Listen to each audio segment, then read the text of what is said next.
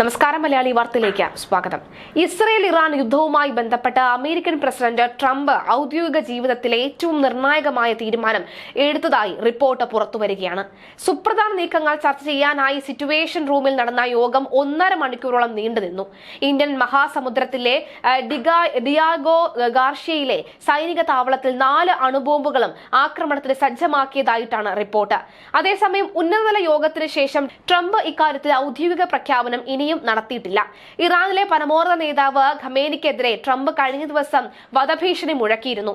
ഇറാന്റെ പരമോന്നത നേതാവ് എവിടെയാണ് എന്നുള്ള കാര്യം നന്നായി അറിയാമെന്നും ഇപ്പോൾ അദ്ദേഹത്തെ ഇല്ലാതെയാക്കാൻ ഉദ്ദേശിക്കുന്നില്ല എന്നും ട്രംപ് പറയുകയാണ്. ട്രൂത്ത് സോഷ്യലിലൂടെയായിരുന്നു അദ്ദേഹത്തിന്റെ ഈ പ്രതികരണം നടത്തിയത്. സുപ്രീം ലീഡർ എന്ന് വിളിക്കപ്പെടുന്ന ആൾ എവിടെ ഒളിച്ചിരിക്കുന്നു എന്ന് തങ്ങൾക്ക് കൃത്യമായി തന്നെ അറിയാം. അദ്ദേഹം ഒരു എളുപ്പമുള്ള ലക്ഷ്യമാണ് എന്നും അയാളെ ഇല്ലാതെയാക്കാൻ തങ്ങൾ ഉദ്ദേശിക്കുന്നില്ല എന്നുമാണ് വ്യക്തമാകുന്നത്. തൽക്കാലം ഇപ്പോൾ വേണ്ട, എന്നാൽ സാധാരണക്കാരെയും അമേരിക്കൻ സൈനികരെയും മിസൈലുകൾ ലക്ഷ്യമിടുന്നത് ഞങ്ങൾ ആഗ്രഹിക്കുന്നുമില്ല. ഞങ്ങളുടെ ക്ഷമ തീർന്നുകൊണ്ടിരിക്കുകയാണ് എന്നും ട്രംപ് കുറിച്ചു.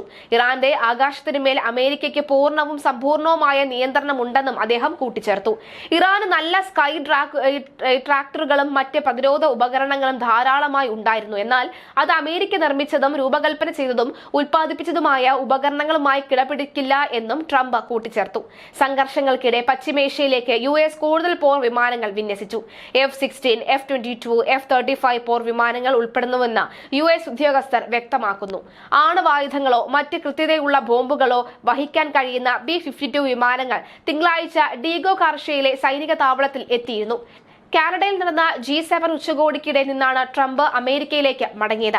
ഇസ്രായേൽ ഇറാൻ യുദ്ധം ഒത്തുതീർപ്പാക്കുന്നതിന് വേണ്ടിയാണ് ട്രംപ് അമേരിക്കയിലേക്ക് മടങ്ങിയത് എന്ന ഫ്രഞ്ച് പ്രസിഡന്റ് ഇമാനുവൽ മാക്രോണിന്റെ അഭിപ്രായ പ്രകടനം ട്രംപ് പിന്നീട് തള്ളിക്കളയുകയും ചെയ്തു.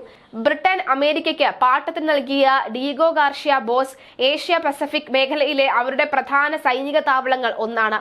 അഫ്ഗാനിസ്ഥാനിലെയും ഇറാഖിലെയും യുദ്ധങ്ങളിൽ പോർ വിമാനങ്ങൾക്കും കപ്പലുകൾക്കുമുള്ള ഒരു കേന്ദ്രമായി ഇത് ഉപയോഗിച്ചിരുന്നു.